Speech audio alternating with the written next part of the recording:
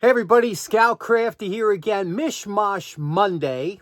Hope you had a great weekend. I had a very good weekend, and couple things to talk about today. First of all, I'm going to show you the cards that I made for the challenge that we had for the month of February. That month went fast for me. That was one of the fastest months. I mean, it just flew by. Even though it's only a couple days shorter, it just went by so fast.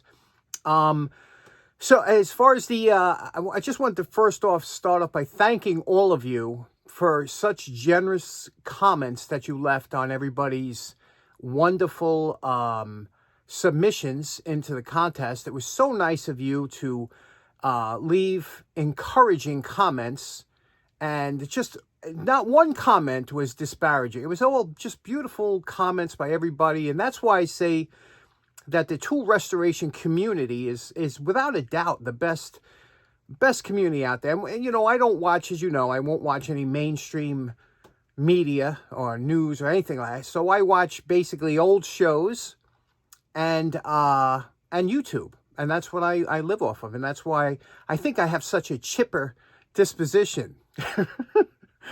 But a couple things to talk about, like I said, today.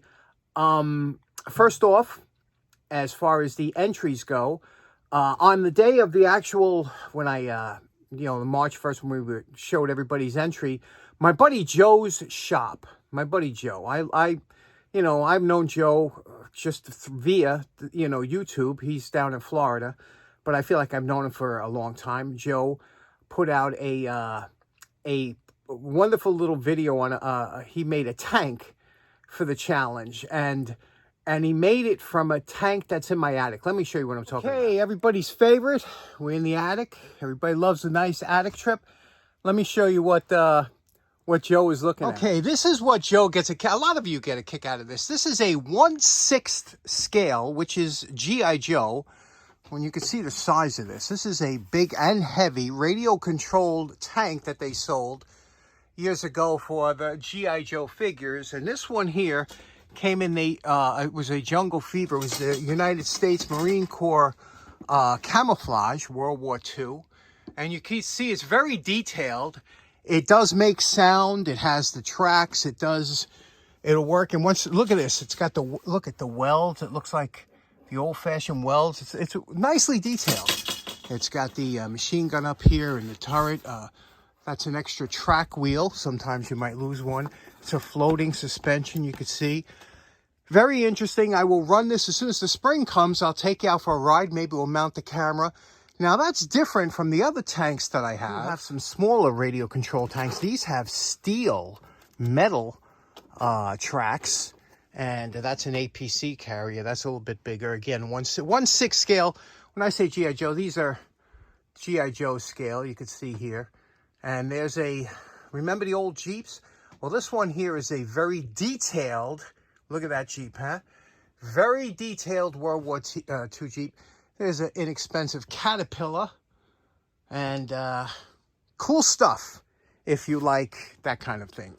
Okay, so one of the other things about this challenge that we did was to make it an inexpensive challenge that anybody could get into. Just using a piece of 2x4 by 12 inches.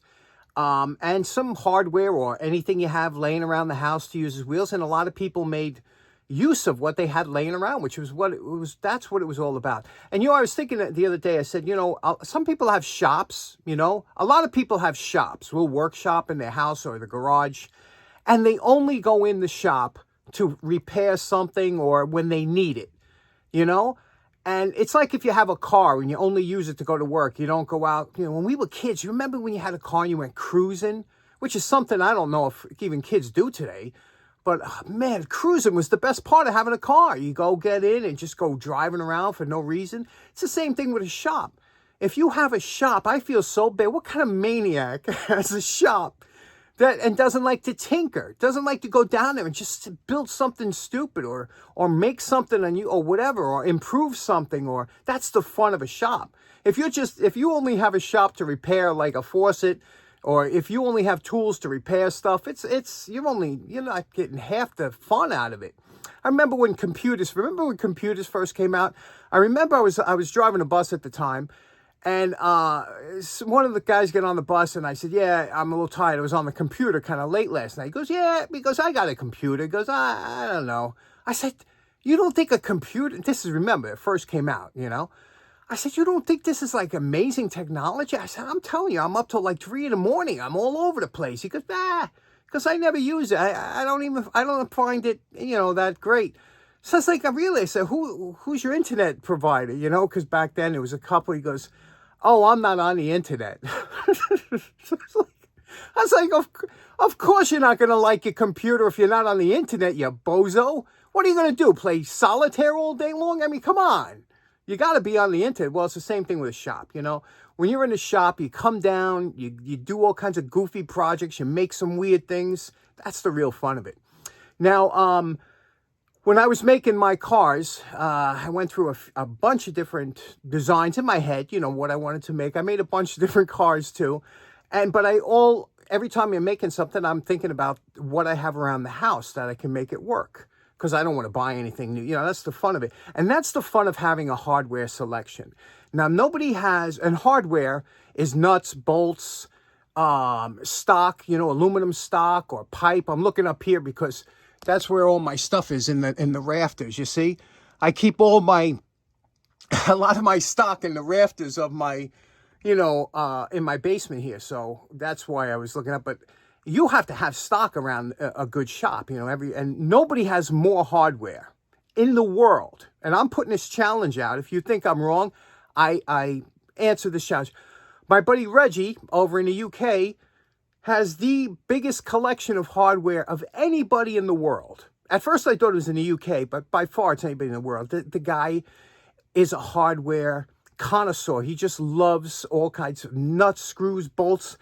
The biggest problem when you have that is trying to organize it so you can find it. Because, you know, we all, and that's a bad thing, isn't it? When you know you have something, but you can't find it.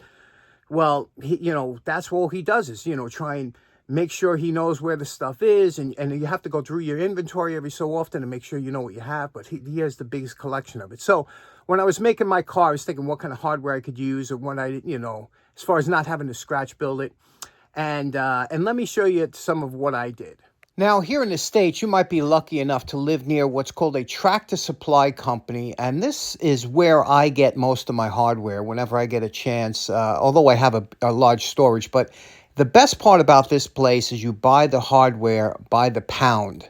And you can see here, all these bins here, these blue bins or the red bins, you just take whatever you want, you put them in these plastic bags, and they weigh them at the front desk. And it's usually $3.99 a pound for grade 2 hardware, which is what we usually use. And they have everything, nuts, bolts. This is the only way you should ever buy your washers, by the pound. You just, you know, a pound will last you years, you know. So you go here, you get a pound of each size, and you're good to go. And they have all different types. They have galvanized, they have hardened, they have grade 8, they have whatever you want. They're slightly higher prices the more unusual the bolt or nut is. But this is the way you should buy your hardware. What is also nice about Tractor Supply Company is, besides having different types of nuts and bolts and washers and hardware, they also have a large selection of other type interesting hardware, which, you know, this typically don't stock up on. But if you should happen to need a U-bolt or an I-bolt or something, you could come here, and they are reasonable.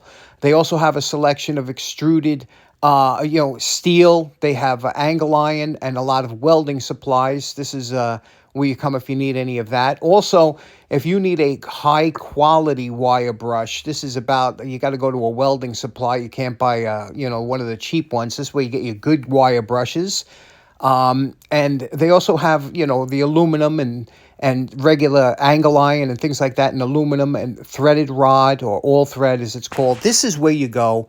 You stock up on your supplies, and you hoard it like a chipmunk in your basement. And whenever you need to do a project, it's there waiting. Now, I knew I wanted to do multiple cars, so what I did was I cut out a few different designs that I wanted to do, and basically mock-ups. Now, the hardest part is figuring out where you want to position the wheels, how far apart the wheels you want to be from the body, what type of wheels you want to use, things like that. So you have what's called a mock-up. Here you can see I want to see how close I wanted the wheels to the body.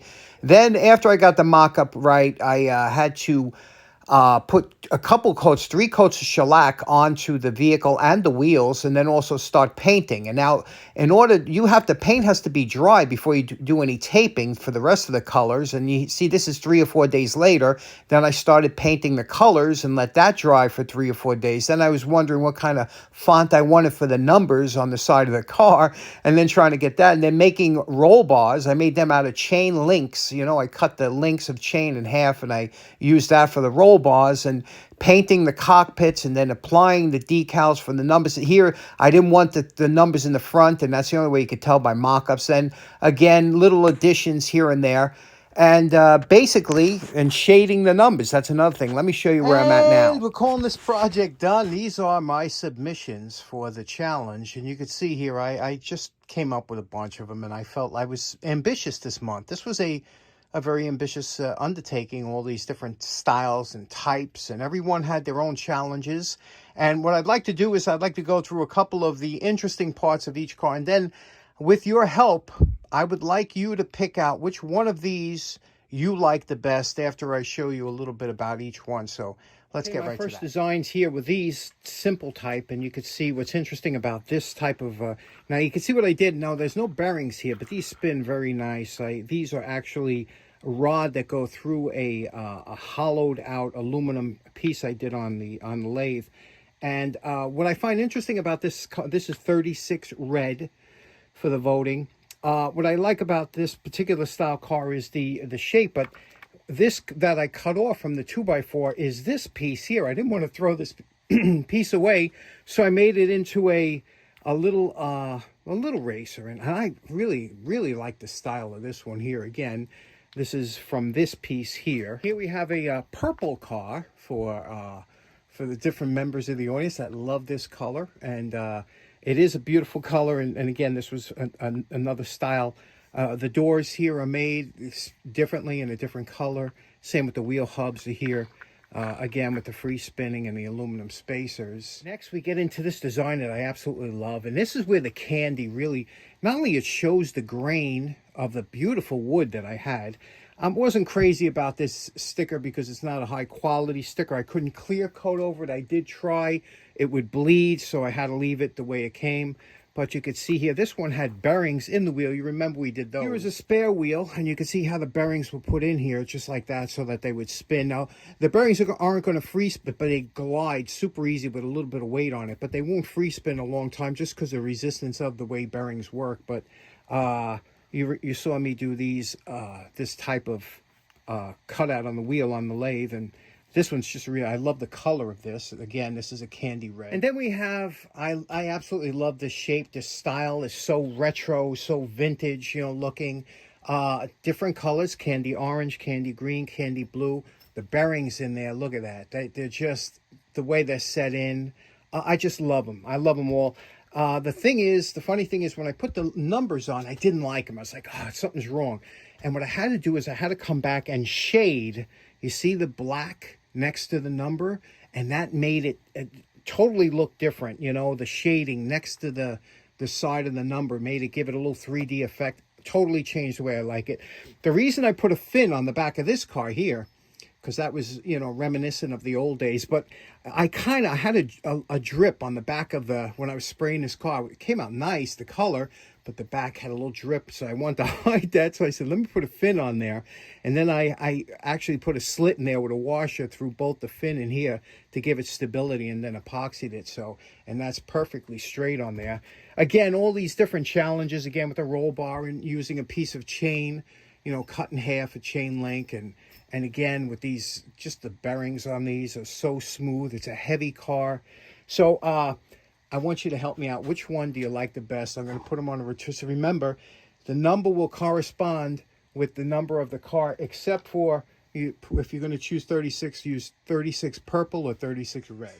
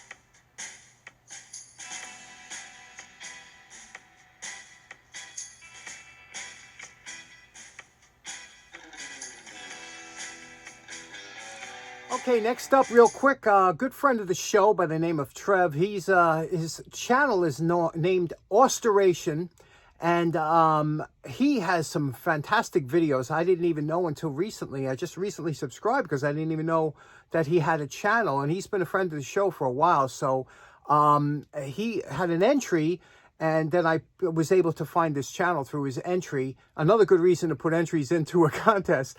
But check out his channel. He's going to be going viral. A couple of his videos went really viral, and when YouTube likes you and likes the kind of content you're putting out, they will push you, and it won't be long before he's up at 100,000 subscribers. So check him out now while he's still accessible, and say hello.